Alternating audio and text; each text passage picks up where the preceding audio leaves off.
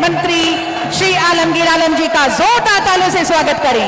माननीय मंत्री श्री सत्यानंद भोक्ता जी का हम बहुत बहुत स्वागत करते हैं। तालियां लगातार होती रहे। माननीय विधायक बरही आज अब हम अपने स्वागत की तालियां जोरदार स्वागत है, जोरदार तालियां। बहुत ही खुशियां आज के इस कार्यक्रम के माध्यम से हम सबके बीच आने वाली हैं करने के लिए। और कितनी खुशियां हैं, एक बार जोरदार तालियों से बताइए, बताइए माननीय मुख्यमंत्री जी को कितने खुश हैं आप इस योजना। सबसे सुखी संपन्न हरे कमर सुना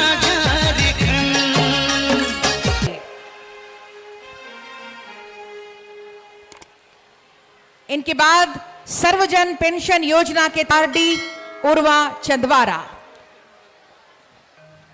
कुल 36 लाभुकों को 10,000 रुपए ब्याज मुक्त ऋण कर वैकल्पिक आजीविका से जोड़ा गया है इस योजना के तहत।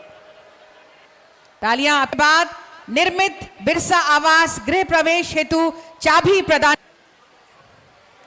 तालियां हो।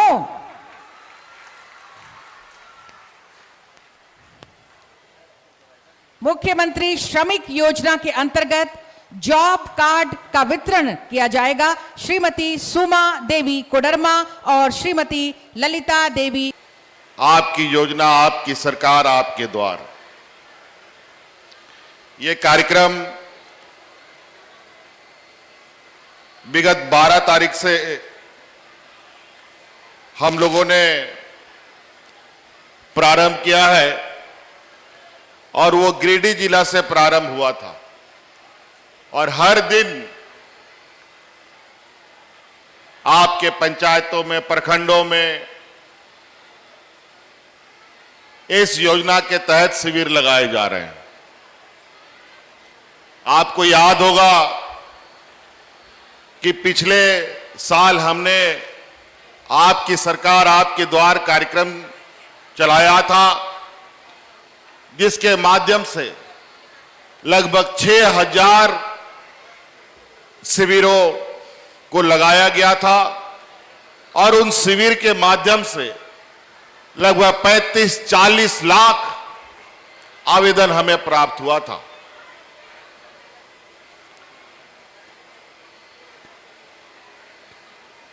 और आपको यह जानकर खुशी होगी,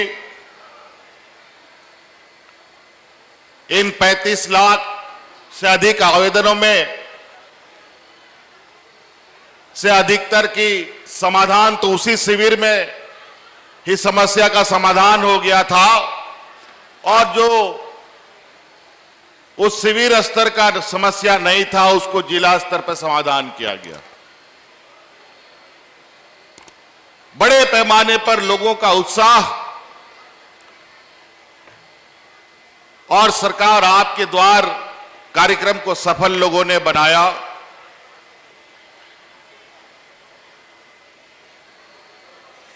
और जब विधानसभा और हम अपने जनप्रतिनिधियों से जब हम मुलाकात करते थे तो हमारे सभी जनप्रतिनिधि कहते थे कि मुख्यमंत्री जी, सरकार आपके द्वार कार्यक्रम रुकना नहीं चाहिए। ये हमारे जनप्रतिनिधियों की मांग भी थी और हमारे ग्रामीण क्षेत्र के लोग की भी मांग थी और वो कार्यक्रम चलाने का उद्देश्य यही मात्र था कि हमारा झारखंड प्रदेश एक ऐसा प्रदेश है जहां पर हमारे यहां लोग जो रहने वाले हैं, यहां के आदिवासी, यहां के मूलवासी, इनका रहन सहन बहुत ही अजीबोगरीब है। कोई पहाड़ के ऊपर रहता है, कोई पहाड़ के नीचे रहता है, कोई जंगल में, कोई नदी के किनारे, कोई नाले के किनारे। और जहां पर ना सरकार की नजरें जाती थी, ना सरकार के पदाधिकारी जाते थे, ना सरकार की योजनाएं जाती थी। राज अलग होने के बाद 20 वर्षों में जिन लोगों ने सरकार चलाया, जो लोग मंत्री संतरी बने, मुख्यमंत्री बने, इन लोगों ने सारे योजना जो गरीबों के लिए जन कल्याण योजनाएं होती थी इन लोगों ने बंद कमरे में ही बंद करके उन योजनाओं को समाप्त कर दिया। और यही वजह कि इस राज्य में लोगों की भूखमरी की स्थिति आ गई। पिछले सरकार में लोग हाथ में राशन कार्ड ले ले करके लोगों को हाथ से धोना पड़ा था। बड़ा विचित्र स्थिति था विगत 20 वर्षों का। और उसी पर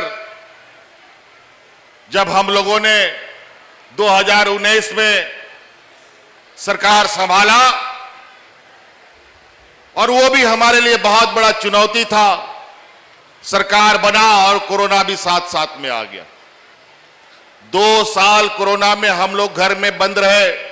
हाट बाजार, दुकान, फैक्ट्री, कारखाना, स्कूल, कॉलेज, गाड़ी मोटर, हवाई जहाज सब बंद हो गया। कुछ भी नहीं चलता था। और झारखंड जैसे पिछड़े राज्य में जहां मजदूर को ला ला करके घरों में हम पहुंचा रहे थे, ऐसे पिछड़े राज्य में भी हम लोग इस विपत्ति में भी एक भी मजदूरों को हम लोग मरने नहीं दिए थे। और वो इसलिए नहीं मरने दिए कि कोरोना काल में हमारी गांव की महिला समूह की दीदियों ने गांव में, पंचायतों में मुफ्त अनाज बना बना करके हमारे मजदूर भाइयों को खिलाने का काम किया था। और आज कोरोना के संक्रमण से बाहर निकल रहे हैं, जब हम जीवन सामान्य कर रहे हैं, तब एक और विपत्ति हमारे सामने आके खड़ा हो गया। पूरा राज्य सुखाड़ की स्थिति में आके खड़ा हो गया। बड़ा विचित्र चीज है। 80% लोग हमारे खेती बाड़ी पर जीवन यापन करते हैं, और ये लोग के लिए ये सूखा का स्थिति तो बहुत ही बुरा हो जाता है।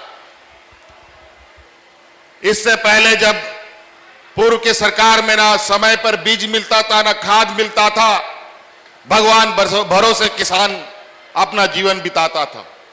इस बार सरकार ने समय से पहले बीज दिया, समय से पहले खाद दिया, लेकिन मौसम ने साथ नहीं दिया। बड़ा ही दुर्भाग्य।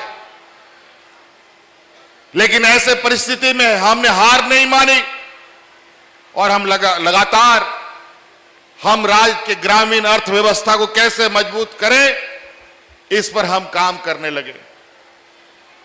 पहला चक्र हम लोगों ने सरकार आपके द्वार प्रारंभ किया। उसी का दूसरा चरण